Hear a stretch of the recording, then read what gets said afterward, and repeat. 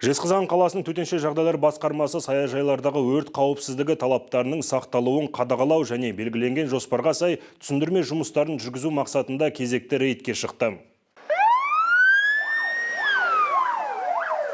Былтырғы жылы 44 өрт оқиғасы тіркелсе, биыл 2 оқиғаға ғана төмендеген. Төтеншеліктер саяжайлардағы өрттің болу себебі көбінесе тұрғындардың селқостығынан дейді. Қоқысты өртеп артынша сөндірмейді, одан қалды үйдің ішінде от тұтатып ұмыт қалдырады. 17 саяжай үйі отпен жойылып өрт ретінде есепке алынған. Осыған орай Жезқазған қаласы төтенше жағдайлар басқармасының қызметкерлері өрт сөндіру бөлімінің қызметкерлерімен бірлесе отырып тұрақты түрде өрт қауіпсіздік талаптарын және судағы қауіпсіздік талаптары бойынша профилактикалық жұмыстар жүргізуде. Өрт тілсіз жау, айтып келмейтін апаттың салдары сол уақытында қолға алынбаса қайғылы жағдайларға дейін алып келеді. Оның алдын алу үшін ең алдымен қарапайым өрт қауіпсіздігі ережелерін естен шығармау керек.